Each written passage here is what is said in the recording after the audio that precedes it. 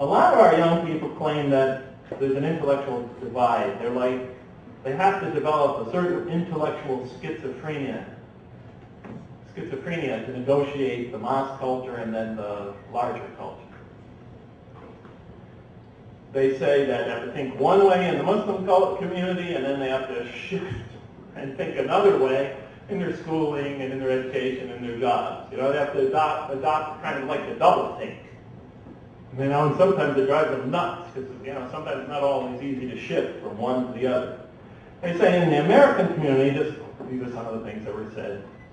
In the American community, great emphasis is put on rationalism. And they claim, well, in the Muslim community, great emphasis is put on traditionalism, following the tradition, not rocking the boat. Don't question, especially if the questions are difficult to answer. That question is haram. It's haram to ask that question. You can't ask that question. Then you're non-Muslim. But what if I really have that question? Well, then you better get rid of it. But I can't get rid of it because I can't answer it. Well, then you're non-Muslim. Just put it out of your mind.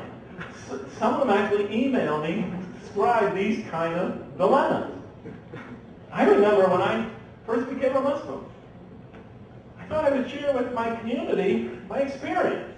Of course, my experience was I was an atheist with all these objections to the existence of the idea of God, the idea of the existence of God, all merciful, divine, creator. And then I had all these objections, and I read the Quran, and it answered my questions for me. So I would stand in front of an audience like this one, in a masjid or somewhere, and start to explain it. And I would begin by presenting the questions I had that led me to disbelieve in God.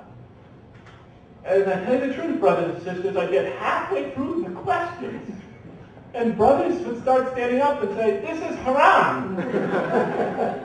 It's haram to even consider these questions.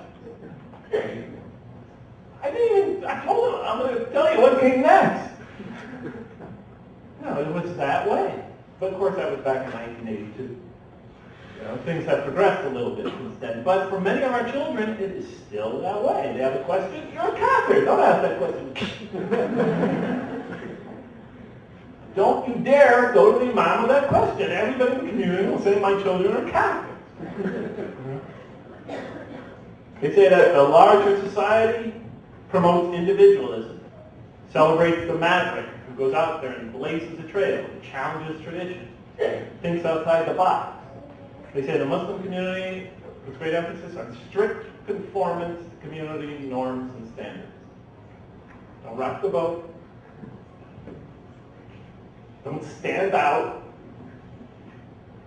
Just keep a low profile, unless you're going to represent an overall point of view.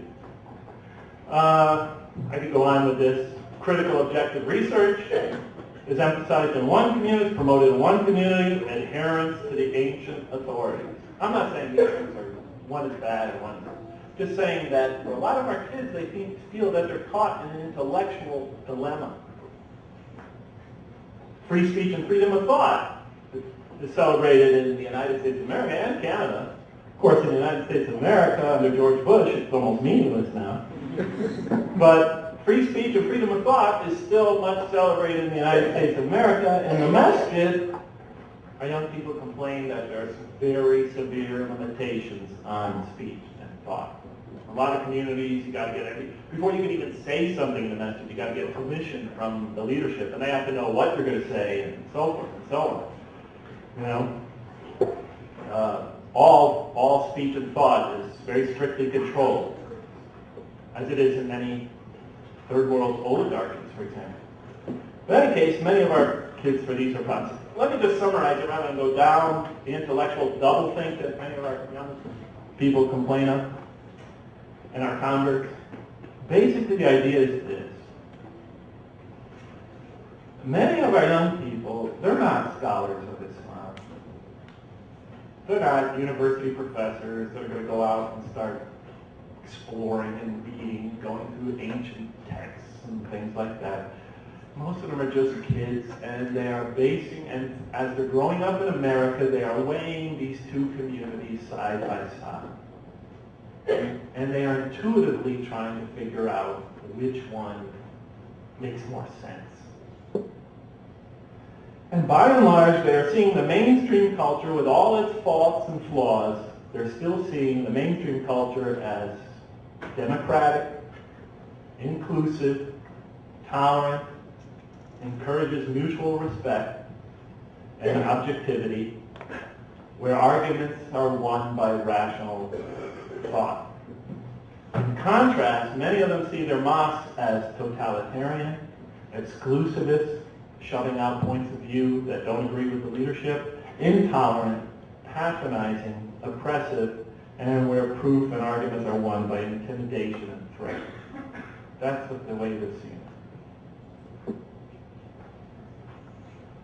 And many of them think that this religion just doesn't make sense. And like I said, they associate it with Islam. And they email me, well, Islam requires this. And I have to email them back and say, are you sure that Islam requires that? That's how deeply confused they are. Because ever since they were kids, they were told Islam requires this, Islam requires that. Let me give you an example of the type of concrete examples they give me. One young lady said, my dad doesn't have a clue how I'm going to get married someday. She said, my dad tells me that if I see one of my classmates in a mall or something like that, or out on the street when I'm with my family, and he's a non-Muslim, it's okay if I go up and talk to him. You know, say hello and things like that. If he's a Muslim, I can't talk to him. On the other hand, he tells me at the same time that if he's a non-Muslim, I can't marry him, but if he's a Muslim, I have to marry him. So she said, here it is, you know, the boys that I have no chance of marrying, I can talk to them, but the boys that I'm supposed to marry, I could never talk to them. Another young lady wrote me and she said, you know, I mean, it's really strange, you know, they keep us so separated from each other in the chaperoned environment of the community. They keep us so segregated from one another and secluded from one another that we virtually have no contact with Muslims of the opposite gender.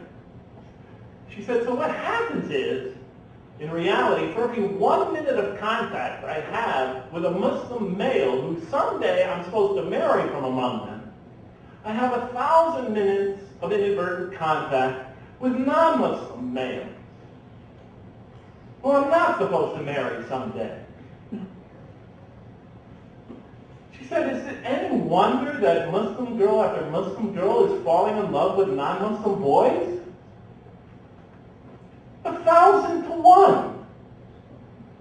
And it says in the Quran that God has put, you know, a mutual attraction between the sexes, you know, in human nature, etc. This magnetism and drawing them together. She said, what do they expect? A young boy wrote me. He said to me, my dad is a social schizophrenic. When he's at the masjid and he sees a female fully covered, dressed modest as can be, he sees them, he's shocked, and immediately turns around and faces the opposite direction. And then at work, on the Thanksgiving holiday, he always has a special day where they celebrate, you know, Thanksgiving at work. And he's invited us, of course, his family to go to that. And he's putting his arm around ladies, talking to them, chatting, etc., the non-Muslim lady. Why does my dad find a Muslim lady fully dressed more threatening to morality than a non-Muslim lady in a short skirt at a Thanksgiving party? You know, in an open environment. And they're starting to say, this just doesn't make sense. And I can give you an example after example after example.